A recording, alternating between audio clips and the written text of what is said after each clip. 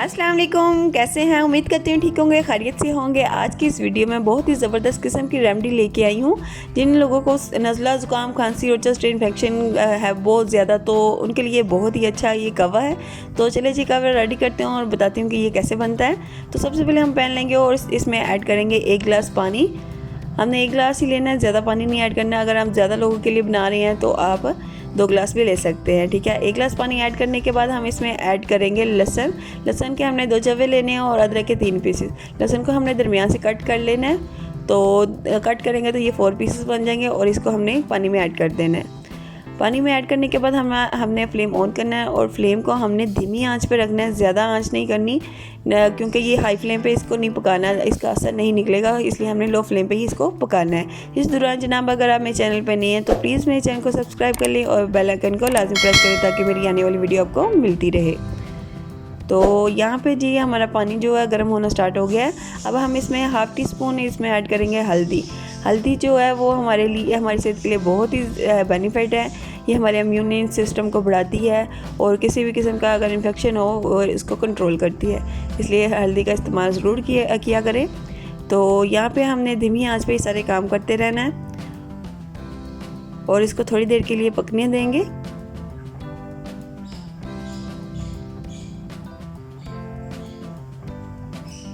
ये कहवा जो है ये छोटे बड़े सभी यूज़ कर सकते हैं। हम 10 साल से लेकर 60 साल की उम्र तक कोई भी इसको यूज़ कर सकता है। ये देखिए जी हमारा जो कहवा है वो पकना स्टार्ट हो गया है। यहाँ पे हमने थोड़ा सा हाई फ्लेम कर देना है, कुछ इस तरह से। और अब हमने इसमें ऐड करना है टी बैग, ठीक है। ग्रीन टी के मैंने टी बैग ऐड किए। आप चाहे तो खुली हुई ग्रीन टी यूज़ कर सकते हैं, ठीक है। इसको डालने के बाद हमने 5 मिनट के लिए पकाना है।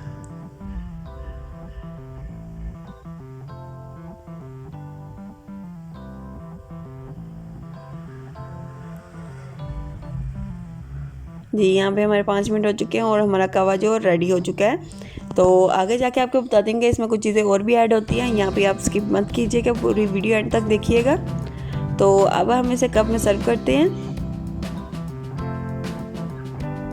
इस कहवे को आप दिन में 2 से 3 बार भी यूज़ कर सकते हैं। इसको एक बार भी पीने से काफ़ी ज़्यादा बेहतर हो जाता है, ठीक है। आप बेफिक्र होकर इसको यूज़ करें, इसका कोई नुकसान नहीं है, बेनिफिट ही है और आपको जो भी प्रॉब्लम है वो इजीली सॉल्व हो जाएगी, ठीक है। इसके बाद हमने 2 से 3 ड्रॉप्स हमने लेमन के डालने, ज़्यादा लेमन नहीं ऐड करना।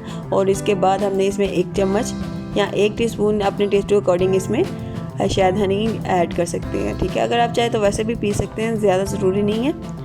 तो उसके बाद हमने ये देखिए जी